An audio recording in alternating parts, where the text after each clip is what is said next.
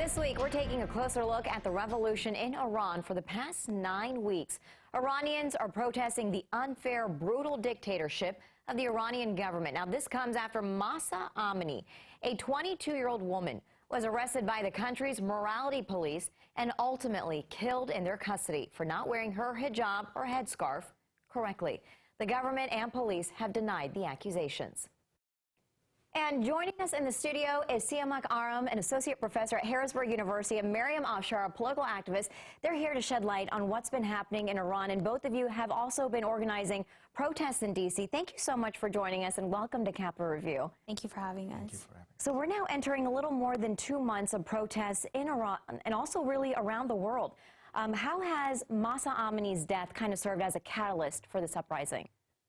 She basically has served as a symbol of defiance for the Iranian people, and even though she hasn't been the first Iranian woman or, man that has been killed, but at this point the people have had enough. It's been 43 years of this oppression, of this terrorist regime that basically is killing its own people. So this revolution is so much more than just not wearing a hijab. Can you talk about what this means for young women and girls in Iran and also around the world in 2022 right now, what this movement means?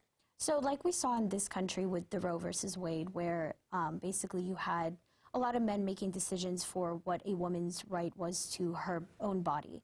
And in Iran, you have basically these mullahs forcing hijab on women and saying that, it's the word of God and this is the religion. But Islam is not like that. It's a very peaceful religion. It doesn't force, anyone to practice it or to be forced to wear any kind of headscarf or anything. And in Iran, if we look at the history of it, people had freedom. So to see this shift when this regime came into power and forcing women to cover their hair, kind of hiding their identity and saying that it's haram and all this other stuff, it's very sad to see. And I think the reason why the world got, so outraged by this was that a woman was killed over not covering her hair properly. Siamak, being a man in all of this, how have you viewed this uprising, and why is it important for you to have a voice in this?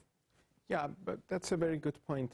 As Mariam just mentioned, it's beyond the hijab right now, a compulsory hijab, because there is no even one single slogan about the hijab right now. Right now, we are talking as a massacre in some of our Kurdish cities in Iran, in Javanrud, in Piranshah, in Mahabad. They are killing even kids, more than 50 kids. It's not about hijab anymore.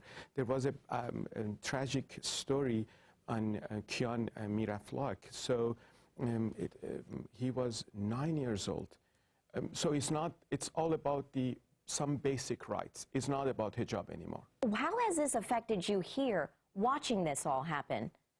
I think for me, even though I've personally never been to Iran because of because of my family, it doesn't mean that I don't feel, their pain and I don't, sympathize with them. And because being Iranian, those are my people. And seeing what they're going through and living in this country where we have so much freedom. You can go out and protest and no one's going to kill you for it. Every Saturday we're out on the streets of D.C. We are surrounded by, police, and no one's outrightly coming and shooting us down or targeting us or arresting us. And we're out there, fighting for their freedom. But personally for me, I almost feel a sense of shame that living here, I can do that. And over there, they are being oppressed. They are being, massacred. And it just, as we keep seeing, it gets worse. First it started with Mahsa, and then they targeted Sharif universities with the students, and then Evin prison was on fire. And then now it's almost like they're starting from the outside in with these Kurdish populated cities. Mahabad is being, they're massacring people. And actually this past Saturday at our protests, we announced it because right at that moment, as we're marching on the streets of D.C., we get that news. And it was devastating. I mean, a lot of our team, a lot of the people in the crowd, they just broke down. All right, and a lot more to talk about with Siamak and Mariam when we come back. Stay with us.